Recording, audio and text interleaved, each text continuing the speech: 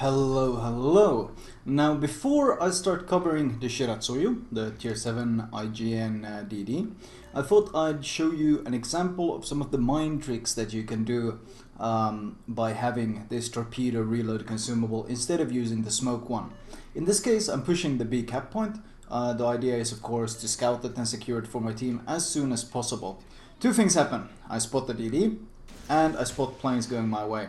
So I instantly drop the torps. I don't want to go into the cap because I don't want him to know I'm here, but the planes show up and the planes spot me. And they probably, most likely 99% certain they spotted my torps as well. So the DD knows I've used my torps and I'm spotted and I'm disengaging. I'm still plane spotted. I use my torpedo reload consumable and I turn off my AA to go dark. Now at this point I'm completely undetected and the Leningrad in the cap thinks that I've used all my torpedoes, but because I'm using the torpedo reload consumable instead of the smoke, I have another set available. And this is the whole brilliance of running this thing.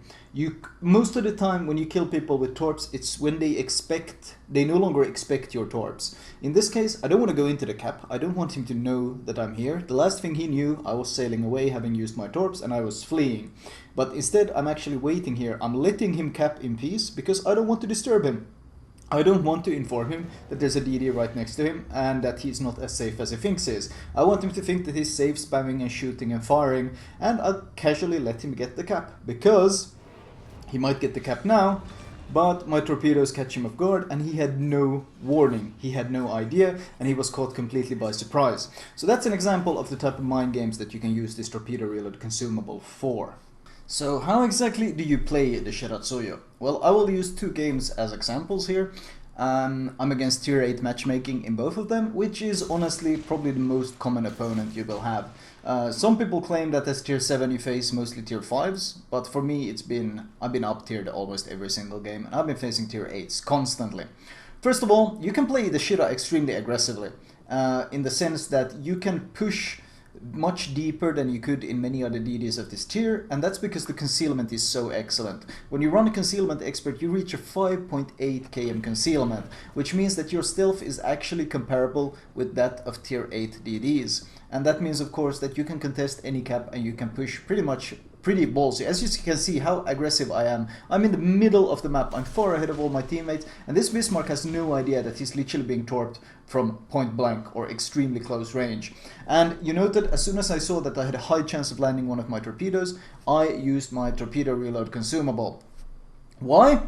Because if he has used this repair, that means he's going to be flooding, which he is right now, and he will be moving slowly, which makes him a very easy target considering how close range I was. Alternatively, if his reload was available, his repair was available, he would use it on the flooding, and then my next volley of torps would get a permanent flooding on him.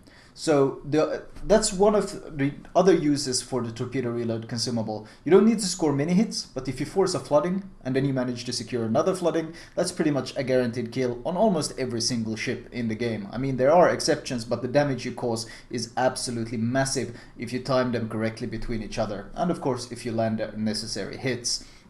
This Bismarck is at this point permanently flooding, and there's absolutely nothing he can do about it.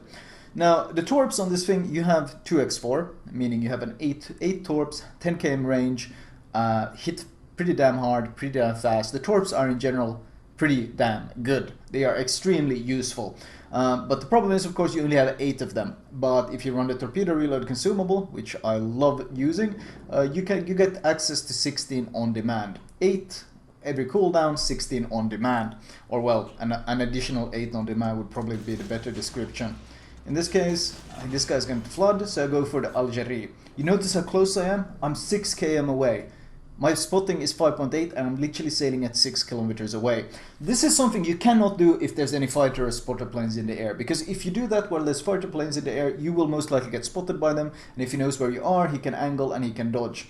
But if you manage to get this close to a broadside, you can even torp cruisers. Even Algerie, which is a same tier French, very agile, very fast cruiser, but he has almost no time to react, no time to dodge, because they pop up right from his side. And these are the nastiest torpedoes that you can possibly launch. The ones that you launch close range from the flank.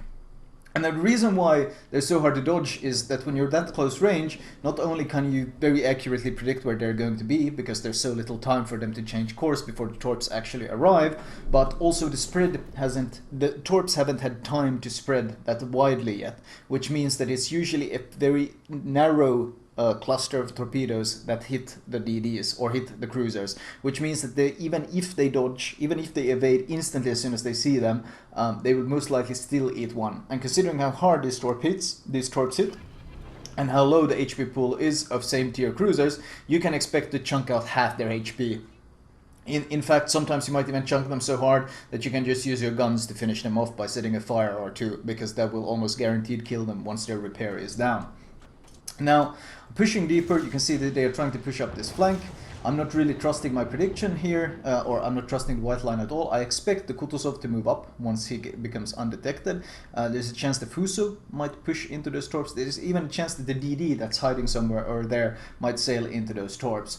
And that is what I like to call dual-purpose torps. That is the idea that while you target one person, there's also a chance of hitting multiple other targets. In this case, my original target was Kutuzov, potentially, but I had the potential to hit the Fuso, I had potential to hit the DD, and I had, of course, the original plan of hitting the Kutuzov.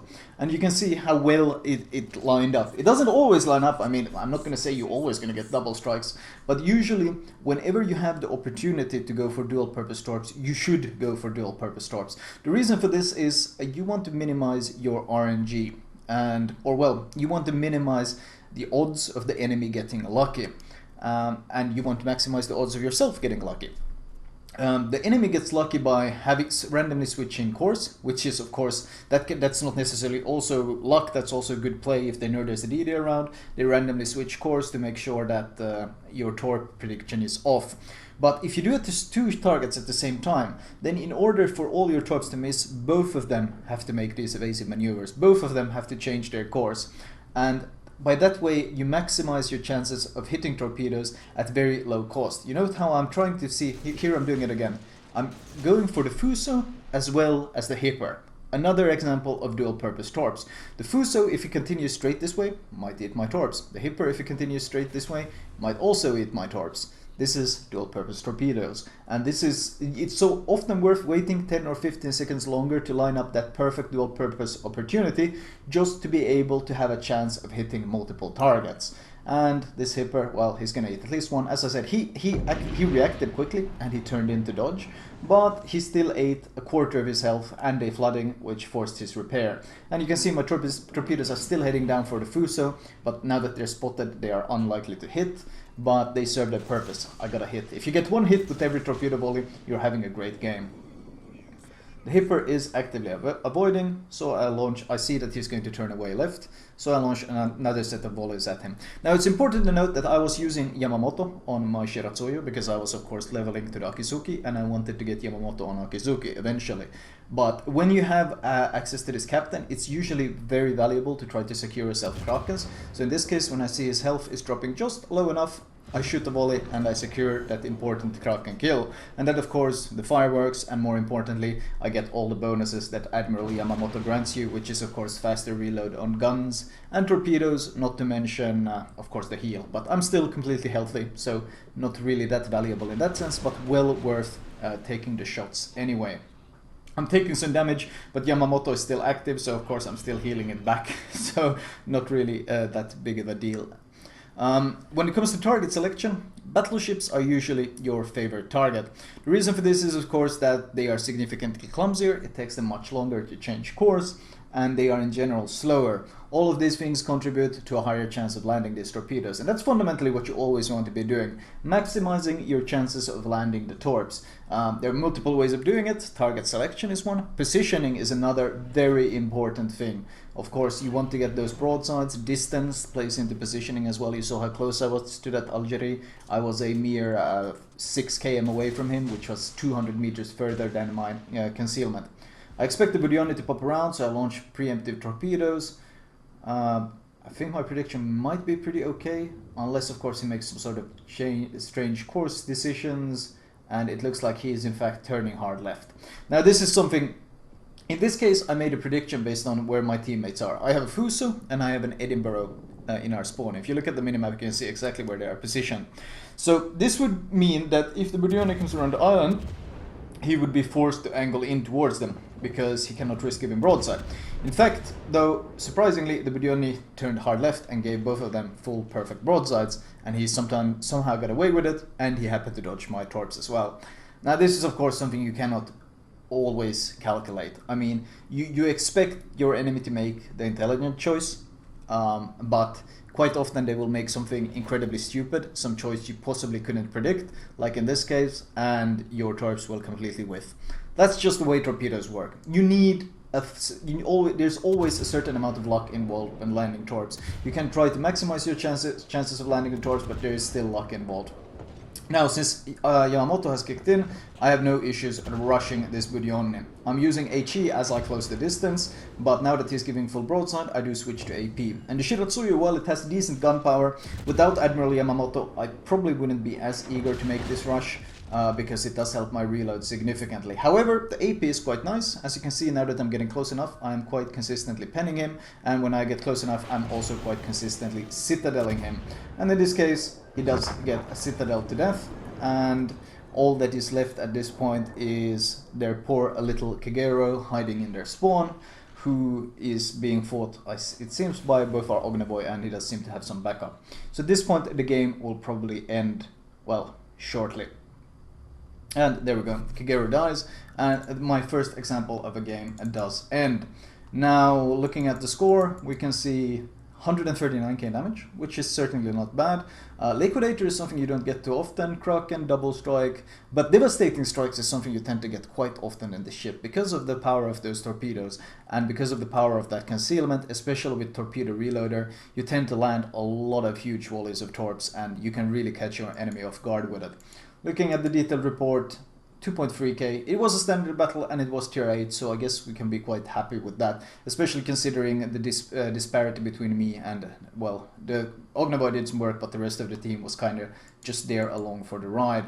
Damage-wise, of course, it's almost entirely torpedo focused. With a surprising amount of flooding this game, you don't always get that much flooding in a game, so this is a bit of a special case because that one Bismarck had blown his repair. Anyway, let's move on to the next example.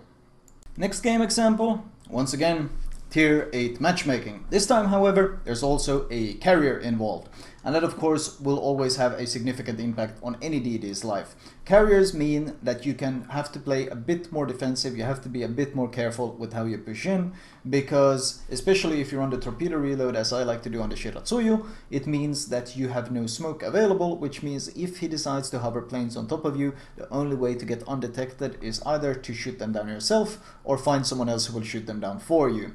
So that means you have to temper your aggression significantly more. For example, the push I did down middle in that earlier game, I would not have positioned myself like that if carriers were in the game, because being spotted in the open like that with no one there to help me get undetected would have probably been a death sentence. So always keep that in mind. If there's a carrier involved, you have to play safer. In this case though, I'm pushing down the east flank, and of course I want to scout for my team. I want to scout any potential incoming DDs or any potential flanks. In this case, I spot the Akatsuki first. I instantly call target on him and I start opening fire. The reason for this is you can actually outgun an Akatsuki pretty easily, and especially because you always get the opening volley on him. The reason for this is of course your concealment advantage over him, which means you have no issues landing the opening shots, and getting the opening shots in any sort of DD fight is always going to be an advantage. He's smoked up, so I have no issues of just calmly reversing and taking pot shots at him, because no one else is close enough to spot me. However, that's about to change. You see that Chapaev is coming around the corner, and that means I stop shooting and I'm gonna start disengaging instead. He could radar at any point, and for that reason alone, I'm gonna pop my torpedo cooldown and I'm gonna drop some additional torps in there. And I think I was a bit too greedy with the torps. There's a high risk. Yes, I'm gonna clip into this. So this was of course not optimal. I was greedy. I really wanted to get rid of the radar cruiser. That's because radar cruisers are absolutely massive threats to you. So landing some torps on him early on and getting rid of him would have made life significantly easier for me. We'll see if I do manage to do it. If I did, I would consider it a worthy trade, taking the risk of being grounded for a second and potentially being killed if I did in fact land hits. And I did land a torpedo on the Chapayev, so I consider the trade-off pretty okay in this case, because he's already on the back foot from the get-go. And that's a huge advantage for me, because if someone starts to fire on him now, he will be eating a lot of damage. And you can see they are actively focusing him, and if he sees my torps, I don't know if he does, if he sees, he's going to be going to be grounding as well. So ultimately, while it seemed pretty insane, like a pretty huge risk, getting rid of torpedo radar threats early on is a boon for the Shiratsuyu. Now it's a boon for every DD, but especially the Shiratsuyu that likes getting close, likes getting to that flank, and likes being able to pick those fights at very close ranges. Chapayev is a nightmare, because you can't get close to a Chapayev. If he radars you, that's a huge amount of damage that you will be taking, because you are sitting right next to him, and Chapayev firepower is absolutely no joke. However, I'm spotting him from my team now. He's actually stopped shooting. He's trying to get undetected, but I'm spotting him. And, well, at this point he's desperate. You can see he's opening fire. I'm hoping to catch this Bismarck, but it looks like he's going to be sailing into that gap, so my torpedoes will probably be missing.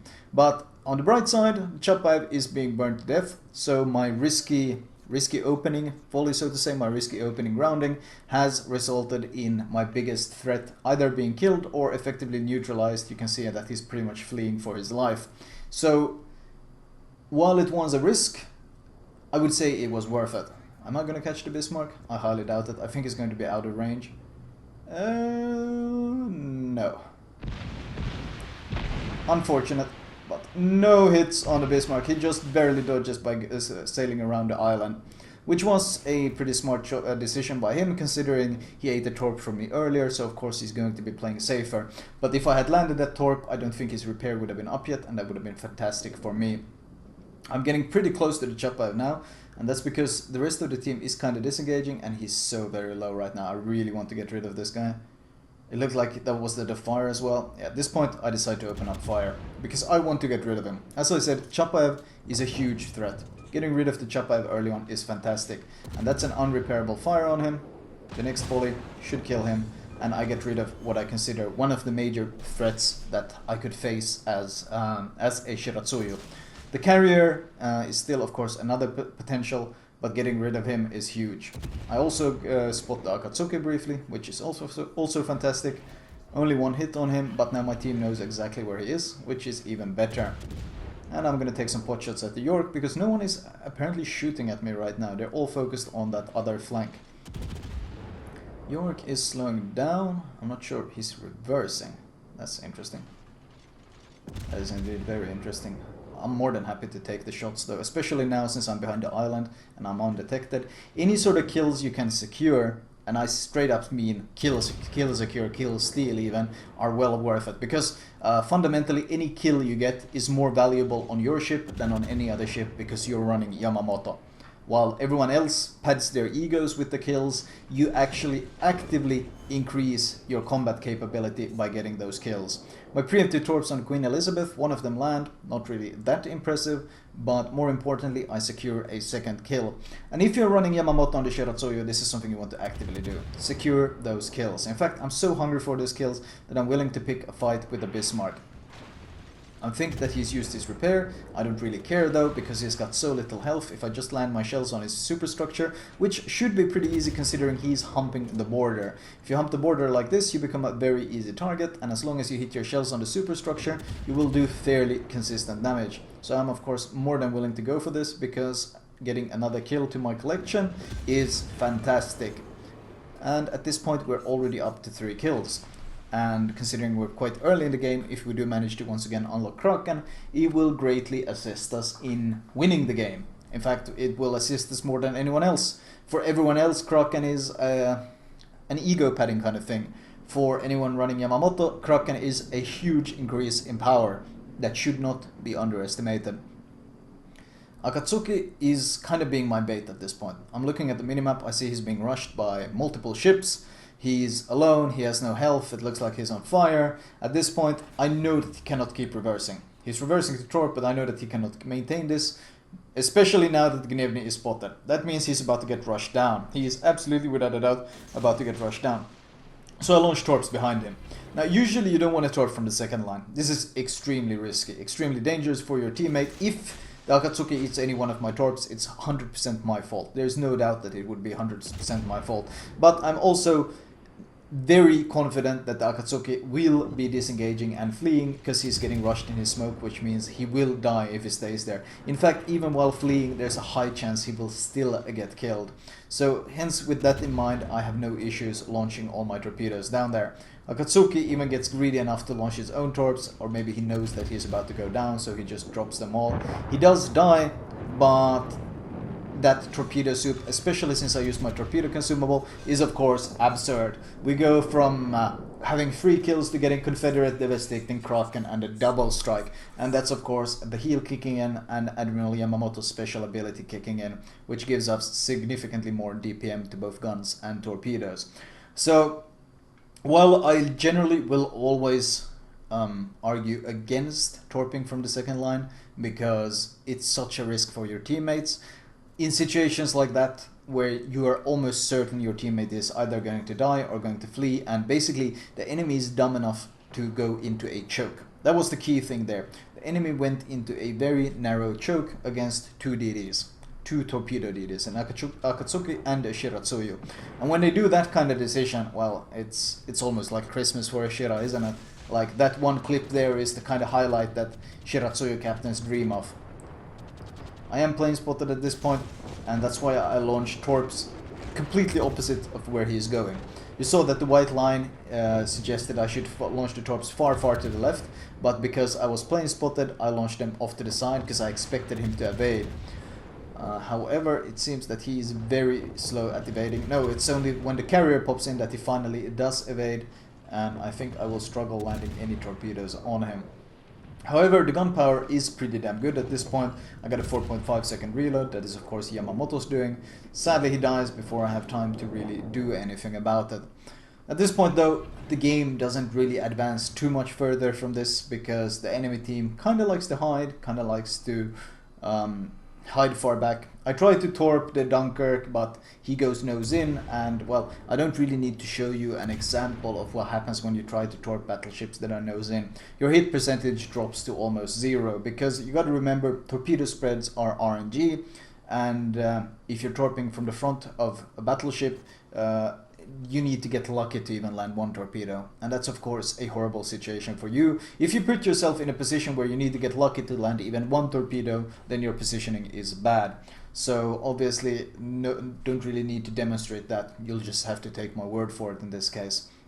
And this game does end quite soon after, and I actually end up, well, I did have my Kraken, I end up with 146,000 damage, which is pretty good. Another liquidator. Once again, Shiratsuyu is one of the better ships at scoring these liquidators, and that is of course because of your ability to launch 2 torpedo volleys with just enough of a time gap between them to allow people to repair the first flooding and then get hit by a second one. So the Shiratsuyu is quite unique in that sense, that it's one of the few DDs that is actually really good at farming liquidators. Only 8 torpedo hits, but looking at the team score, we can of course see that it still gave us a nice chunk of XP. 2.2k, in this case once again tier 8 matchmaking, and once again a carrier, although in this case the carrier mostly focused on the other side of the map, which is of course great for me. And in general, you want as a DD to focus on the side of the map that the enemy carrier is not focusing on, because any sort of planes will greatly hinder your performance, because not only will they spot you, they will also spot your torpedoes, and spotted torpedoes are the easiest thing to dodge. Looking at the detailed report, 80k damage from torps, another nice chunk of flooding, but a surprising 30k from the guns themselves. And that is of course something you shouldn't underestimate, the gun power of this ship, not just against DDs, but even against cruisers and battleships if you do get the opportunity. Especially if you find a friendly smoke you can sit in and use your guns, it's a nice additional source of damage. Anyway, let me show you guys my recommended build for the Shiratsuyu. Right, sadly I have already sold the Shiratsuyu on my Russian account since I unlocked Agesuki, because that's where I wanted to put the captain to begin with, and the only reason I really featured it was because people requested it. However, I happen to have a 15-point captain on my EU account, which is exactly the same amount of points I had on my Yamamoto captain, since it also comes as a 15-point captain. So as an example, this is honestly pretty perfect. Module wise, priority number 1 is get the hull, additional survivability, rudder shift, a bit of AA, but your AA is so weak it doesn't really matter, still worth mentioning. Follow it up with the torpedo upgrade. It gives you a bit of speed and a bit of damage, a nice upgrade, not that big of a deal, but still a nice one. And finally, get the gun range increase, which is useful even if you're not running Yamamoto. Consumable wise, premium priority number 1 is the Torpedo reload booster. Not only does it have a 74-second shorter cooldown, it also gives you an additional charge, which is very important. You also get, I also recommend getting the premium speed boost and damage control if you can afford it. Upgrade wise, priority number 1 is Main Armaments Mod 1, which gives you torpedo tube survivability and of course gun turret survivability. Both things are extremely important. Followed up with Aiming System Mod 1. The biggest bonus here really is the torpedo tube traverse speed. The AA Guns mod is pretty useless because your AA is so weak. And Engine Survival, aka Propulsion Mod 1. And if you do have the Speed Boost mod, I do recommend using it because having that 50% longer speed boost is extremely valuable. However, if you don't have one extra, then run the propulsion mod. And finally, propulsion mod 2, and that is because your rudder shift is extremely good at 3.1 seconds, so you can get away with running faster acceleration. This is quite nice for when you're fighting other DDs and you decide to stop to juke their shots or torpedoes and then accelerate again, and it gives helps you doing certain amounts of outplays that you can do with your speed. Captain perks wise, we're still following my IJN DD basic build, which is of course Preventive Maintenance, followed by Last Stand, followed by Survivability Expert, followed by Concealment Expert, Faster Torpedo Reload, and Adrenaline Rush. Now if this was a 19-point captain, I would get RPF on it as well, or Radio Location. That would be my last 4 points for sure. But on a 15-point captain, what you see here is what I highly recommend, and I run it on pretty much all my IGN DDs, because as a base build, this is in my opinion just amazingly good. Flag-wise, the priorities are pretty simple. The two most important ones are detonation flag and speed flag. The only reason I'm not running it here is probably because I was farming detonation flags. And probably November Foxtrot is pretty damn good because your torpedo reload consumable takes so long. Additional flooding chance, not really that big of a deal on the DD, because the 15% is pretty small compared to what you already have, but you might as well run it as a bonus. Fire chance of the guns isn't bad either, but honestly the only two that I will strongly recommend is the detonation and the speed flag. Those are kind of your bread and butter for survival. Anyway, that was my Shiratsuyu commentary. I hope you guys enjoyed it.